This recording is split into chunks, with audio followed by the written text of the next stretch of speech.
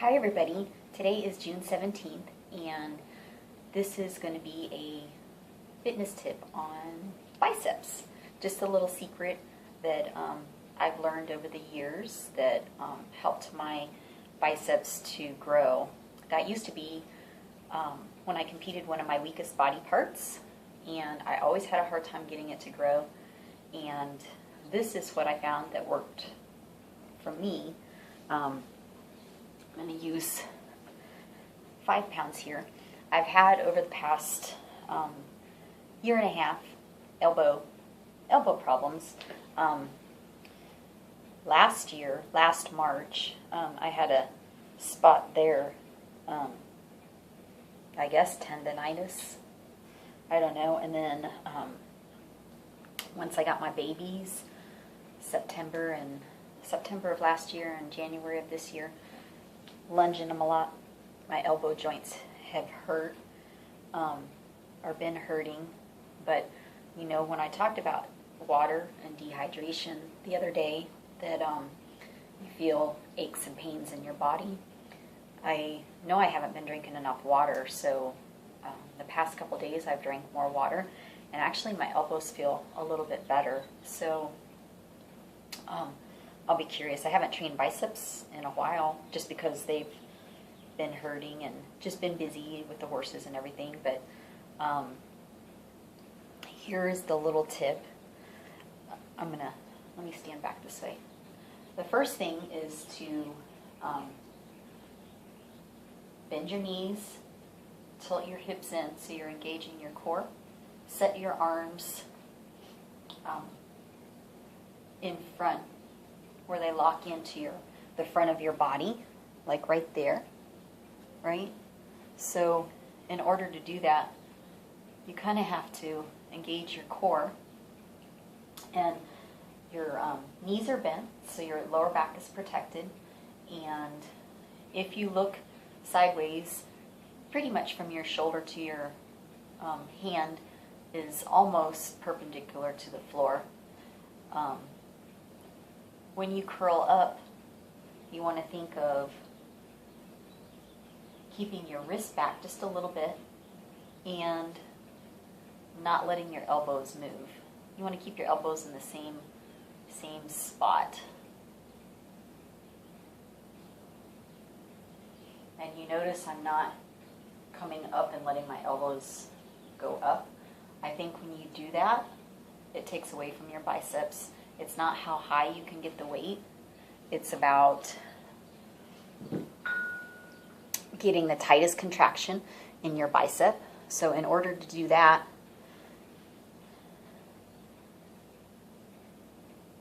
your elbows have to stay in the same place. I'm going to scoot closer here. As you come up, if you keep your wrist back a little bit and think of pulling up from here and not from here, a lot of times I think we lift and do biceps or try to do biceps from the outside instead of the inside. So you want to be inside your body, and I've talked about this in some of my other videos, where when you're pulling up, if you're pulling up and leading with your hand, a lot of times you'll come up and do this. And yeah, you're getting the weight closer to your body, but that doesn't necessarily mean that it's working your bicep better just because it's closer. One, you're pulling your forearm into it a little bit more, and then a lot of times when you do that, you want to bring it even closer to your body and your elbow lifts. So now it's like taking just the total focus of the bicep and it's switched it to some other body parts. So it's not just on the bicep anymore. So now by doing that, you've brought in your forearm, and by doing that, you're bringing in your shoulder a little bit. So in order to get the most complete, tightest contraction and keep it all on the bicep, your elbow has to stay in place. So when your elbow stays locked in place there, the only place that it's going is here. You're not working anything else but your bicep.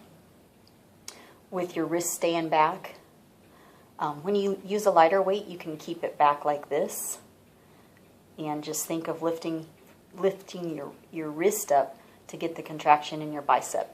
Forget about the weight in your hand.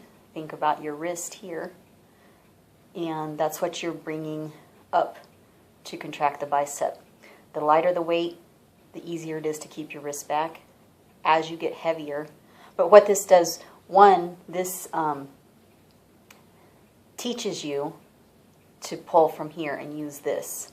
Once you've gotten used to that, as you get heavier and use a heavier weight, the wrist is going to straighten out a little bit, and you have to keep it straighter. But when you've learned to use this and lift from here and not from out here, when you're lifting from here, you're lifting from the inside. You're going to have more power, more strength. So once you've gotten used to the wrist back and lifting from here and lifting this, that teaches you to use your bicep. You can start to go heavier. As you go heavier, the heavier weight's going to make the wrist straighten out, and that's okay. You have to straighten it, because you can't lift a heavy weight with your wrist bent back like this. This is just in the beginning with the lighter weight to teach you how to use, or first how to feel and then how to use your bicep. And then as the weight gets heavier, this is automatically going to straighten out. So when you're doing it, it's still coming from here. And doing lighter and doing this gets you out of the habit of doing that at the top. So when you go heavier, you're doing it the right way and doing it with a straight wrist and not bending at the top. So let me show you a couple. Let me see how we're at. Almost 7 minutes. I'm going to do 5 pounds first. So here's from the front. I'm totally focusing on lifting from my biceps. I think the first step is feeling your biceps. You have to learn to feel the muscle that you're using. And then after you know how to feel the muscle that you're using, the next step is to learn how to use it, to really use it, and not just go through a motion. In order to really learn to use a muscle, you have to get inside your body and squeeze and pull from inside. You lift from inside the muscle. And my elbows actually feel pretty good. I'm happy about that. My biceps are starting to burn. As far as tempo, you don't have to go slow. You know, some people say slow down.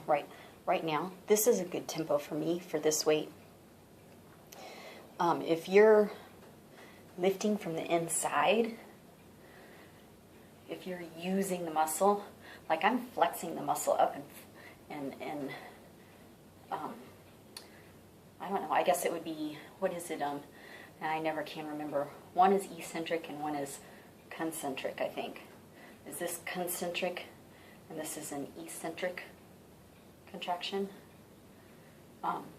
One is, I think, contracted and one is stretched. So I'm feeling the muscle on the way down and I'm squeezing it. I'm flexing on the way up. So there's a difference between what I'm doing here. This is a little bit faster tempo.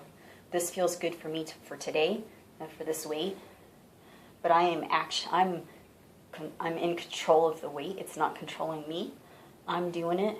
And boy, my arms are burning. So you see the difference between this. Let me shake them out. See the difference between that and then if somebody were to just kind of like going through a motion. I can't even do it, but they're just kind of, you know, flinging the weight. That's like out of control, and that's bad. That's when people get hurt, when you pull a muscle or strain something. So you can go slow.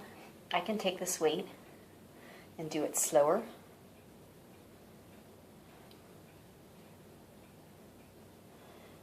I can speed it up. I'm still using my arm, my biceps. My biceps are what's doing it. And boy, they're burning. I bet I'm going to get sore from this. I haven't done arms since the beginning of the year, I think. Biceps. So anyway, What are we at? 10 minutes. I think that's a good amount. Anyway, that's my little bicep tip. It'll make a big difference in the way that you feel your arms, and it should help to get the peak a little bit better. It helped mine to grow once I learned how to use them. Feel them and actually use them from the inside out and not just, move a weight. So it's very mindful and deliberate and purposeful is the way that you want to lift. And that comes from being inside your body and inside the muscle that you're using. And that's my tip for today. I will talk to you guys later. Bye-bye.